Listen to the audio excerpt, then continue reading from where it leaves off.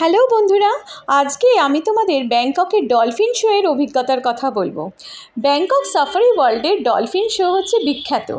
এই dolphin show দেখতে গেলে ব্যাংকক সাফারি ওয়ার্ল্ডে পৌঁছতে হবে। সকাল সকাল 9টার সময় খুলে যায় ব্যাংকক সাফারি ওয়ার্ল্ড, এবং ওখানে তোমরা অনলাইনেও টিকিট করতে পারো, ওখানে গিয়ে কাউন্টার টিকিটও হয়। এই টিকিটটা কিন্তু সাফারি ওয়ার্ল্ডের টিকিট। সেই সাফারি ওয়ার্ল্ডের টিকিটের মধ্যে ডলফিন শোটা কিন্তু ফ্রি। শুধুমাত্র ডলফিন শো নয়, ডলফিন শো ছাড়াও আছে orangutan show, elephant show, walrus show, sea lion show, bird feeding show. তো এইরকম বিভিন্ন রকমের শো আছে এবং প্রত্যেকটা শোই ভীষণ সুন্দর। তবে আমি বলবো অবশ্যই অন্য শো দেখো কিংবা না দেখো, ডলফিন শো কিন্তু মাস্ট। ডলফিন শো 45 মিনিট থেকে 1 ঘন্টা এইরকম টাইম নিয়ে হয়। তো ডলফিন শোয়ের জন্য একটা আলাদা গেট আছে, ওর সামনেটা হচ্ছে মাকাওদের একটা বিরাট জায়গা, ওখানটায় লাঞ্চও আছে। মেনলি লাঞ্চ টাইমের পরে ডলফিন শোটা হয়। তো সেই জন্য সবাই সাফারি ওয়ার্ল্ড ঘুরে ওখানে লাঞ্চ করে নেয়, করে নিয়ে ওই ডলফিন শোয়ের গেটের সামনে গিয়ে দাঁড়িয়ে যায়। ডলফিন শোর গেটেরটা দেখলেই বোঝা যায় যে গেটেও একটা খুব বড় করে ডলফিনের স্ট্যাচু রয়েছে। এবার ডলফিন শোতে আমি যখন ঢুকলাম, ঢুকেই প্রথমে যে সিটগুলো রয়েছে ওখানে কিন্তু কোনো সিট মানে তো তুমি গেলেই যে সিটটা তুমি পাবে তুমি বসে পড়বে, ওখানে কোনো কিন্তু নির্দিষ্ট সিট নাম্বার এরকম কিছু নেই। তো চেষ্টা করবে যতটা আগে যাওয়া যায়, যতটা আগে গেটের সামনে দাঁড়িয়ে থাকা যায়। আমি সেরকমই করেছিলাম, আমি বেশ কিছুক্ষণ আগে চলে গেছিলাম। শো টাইম ছিল 1টা, তো আমি পৌঁছে গেছিলাম সেখানে 12:30টায়। এবং সেই গিয়ে মানে কিছুক্ষণ ওই দাঁড়িয়ে থাকতে হয়, সকলেই ওখানে দাঁড়িয়ে থাকে। কেন, আগের সিটটা পেলে সুবিধে হয় কি, একদম সামনে তুমি ডলফিনগুলোকে দেখতে পাবে। এবার ডলফিন 8টা থেকে 9টা ডলফিন রয়েছে যারা এই শো অ্যাক্টিভিটি করছে। প্রথমে এই মেয়েরা আসে এবং খুব সুন্দর ওখানকার থাই ডান্স, এই যে এইভাবে ডান্স করে। এবার ডান্স করার পরে ওরা ছোট ছোট মাছ নিয়ে আসে, ওদের হাতে দেখো ছোট ছোট মাছ আছে, ওই মাছগুলো ওরা ছুঁড়ে দেয় আর ওই মাছগুলোকে এই ডলফিনগুলো ধরে। তো প্রথমে এই রকম অ্যাক্টিভিটির ভেতর দিয়ে চলে, তারপরে নানা রকম অ্যাক্টিভিটি দেখায়, যেমন বল, ওরা বল ছুঁড়ে দিল, সেই বলটাকে নিয়ে ডলফিনরাও সেটাকে ক্যাচ করে এবং এই বলটাকে নিয়ে ওরা পুরো ঘোরে। পুরো যে সামনে জলের মানে জায়গাটা রয়েছে ওইখানটা কিন্তু পুরোটাই ওরা, এই যে দেখছো, ওই যে দেখো ডলফিনটা আসছে, ওই সবার কিন্তু মাথায় রয়েছে, ওই মাথায় সব বল নিয়ে কিন্তু আসছে এবং এই পুরোটাই ওরা ঘুরবে। আমরা এপাশে বসে আছি, মেয়েরা বুঝতেই পারছো ভিডিওটা দেখে যে মেয়েরা ওই দিকে দাঁড়িয়ে আছে, ওরা নাচছে। আর এই দেখো ডলফিন আমাদের সামনে দিয়ে এইভাবে চলে যাচ্ছে, এই রকমভাবেই ওরা কিন্তু ডলফিনগুলো যাচ্ছে।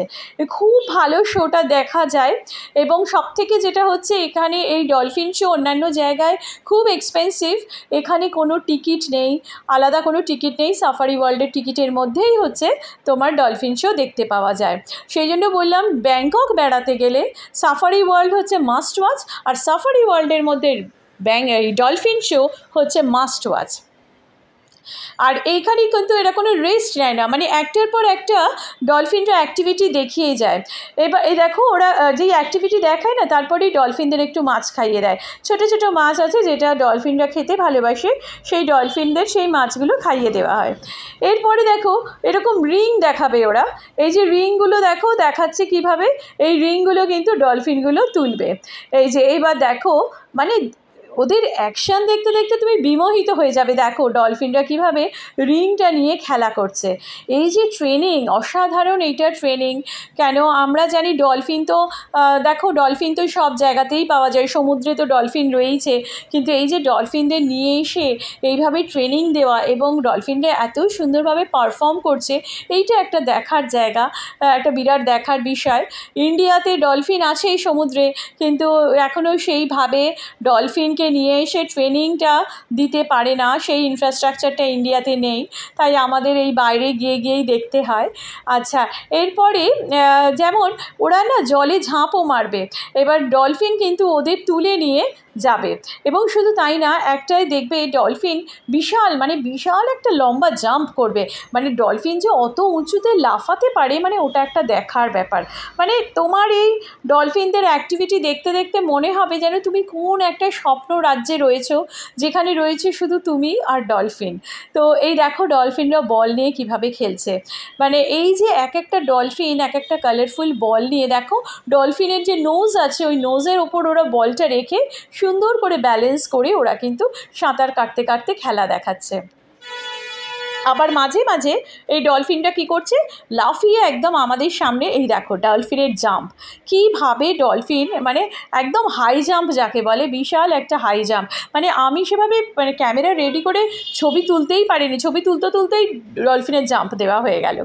তো এইবারে আবার এই রকম ওরা করতে করতে মাঝে মাঝেই ওরা একদম আমাদের সামনে চলে আসছে, মানে জল টল, মানে যারা সামনে বসেছে তাদের গায়ে বেশ জল টল ছিটিয়েই লাগছে আর কি। তা এইবারে এই ডলফিনদের খেলা বলতে গিয়ে একটা কথা মনে হলো বলি, যে ডলফিনের খেলাটা যেমন সুন্দর, এই ডলফিন শোর পরেই থাকে সি লায়নের শো। তো সি লায়নের শোটাও কিন্তু তেমনই আকর্ষণীয়। তো অবশ্যই ডলফিন শো দেখার পরে তোমরা সি লায়ন শোটাও দেখবে, কারণ দেখো সি লায়ন কিন্তু দেখো এই ডলফিনটাকে দেখো কীভাবে, দেখো জলের মধ্যে আমার পানে পারলে হেঁটে হেঁটেই চলে আসে। তো আমি যেটা কথাটা বলছিলাম যে সি লায়নের কথা, সি লায়ন আমরা ইন্ডিয়াতে দেখতে পাই না, কিন্তু এইখানে সি লায়ন অনেকগুলো রয়েছে এবং খুব সুন্দর। সি লায়নও এইরকম ট্রেনিং নিয়ে দারুণ আর কি অ্যাক্টিভিটি দেখাতে পারে। তো এর পরের ভিডিওতে আমি সি লায়নের ভিডিওটা দেখাবো, তাহলে তোমরা বুঝতে পারবে যে সি লায়নও কত সুন্দরভাবে বল খেলতে পারে। আচ্ছা, তোমাদের এই ভিডিওটা কেমন লাগলো অবশ্যই আমাকে জানাবে, আর তোমরা আমাকে সাবস্ক্রাইব করে রেখো, যাতে আমি আরও এরকম সুন্দর সুন্দর খেলা, অ্যাক্টিভিটি এবং ভালো ভালো খাবার এবং এই রকম শো আমি তোমাদের দেখাতে পারি। তোমরা সাবস্ক্রাইব করে রাখলে কি হবে, তোমরা চট করে ওটার নোটিফিকেশানটা পেয়ে যাবে, কারণ আমি প্রত্যেক দিনই ভিডিও দেওয়ার চেষ্টা করছি যাতে তোমরা এগুলো দেখতে পারো, কারণ আমি দেখলাম এবং আমি চাই আমার চোখ দিয়ে তোমরা যতটা পারো দেখো, এবং ইনফরমেশান আমি যতটা পারছি দিয়ে দিচ্ছি। তোমাদের যদি এছাড়াও আরও কোনো ইনফরমেশান লাগে অবশ্যই আমায় কমেন্ট করে জানাবে, আমি নিশ্চয়ই তোমাদের প্রত্যেকের কমেন্টের উত্তর দেব।